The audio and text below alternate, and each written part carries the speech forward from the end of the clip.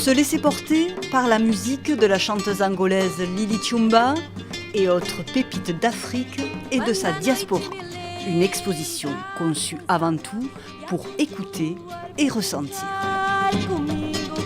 Un vaste et convivial espace panafricain où fusionne une multitude de sons présents ou passés. Cette harpe qui vient du Tchad, dont la forme évoque très directement un relevé de peinture pariétale qui lui est très ancien, qui daterait de peut-être moins 5000 avant Jésus-Christ. C'est une tradition de peintures qui ont été faites sur des parois de pierre, dans des grottes, dans le sud de l'Algérie et au Tchad.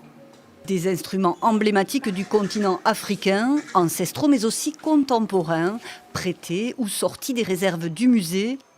Des objets précieux accompagnant chants, danses et rituels dont l'exposition offre un portrait sonore. Il y a des gousses de fruits, il y a des cocons d'insectes, des coquillages, des graines, toutes sortes de matériaux qui bruissent. On a demandé à une percussionniste qui s'appelle Midori Takada de faire sonner les objets. Midori Takada, elle est spécialiste des musiques africaines, bien qu'elle soit d'origine japonaise. On lui a demandé de remettre en son les objets, de les réveiller. Des pièces sacrées, méconnues pour la plupart du grand public, jouant le rôle d'intermédiaire entre terre et ciel et manifestant la voix des ancêtres et des divinités. Maître de cérémonie aussi de cette exposition, le producteur et DJ sud-africain Mo Laudi. L'artiste a eu notamment à cœur d'amplifier le pouvoir libérateur du son, vecteur de contestation et de résistance.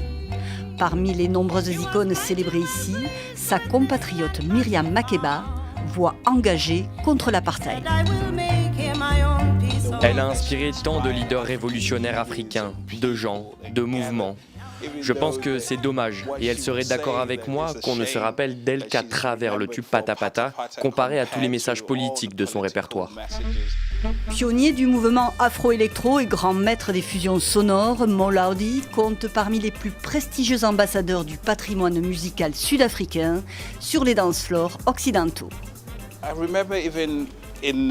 Je me souviens, dans un des clubs londoniens où je jouais, on me disait « Mo, t'es un mec cool, mais on n'est pas très confiant avec ta musique. On ne sait pas trop quel type de foule tu vas ramener. » À cette époque, il y a 10-20 ans, les gens avaient peur de se mélanger. Aujourd'hui, la musique africaine est partout, et c'est cette révolution que l'exposition entend montrer, avec le rôle fondamental qu'a la musique de briser les frontières. Briser les frontières, conquérir de nouveaux espaces, faire vibrer, mais aussi et surtout rassembler.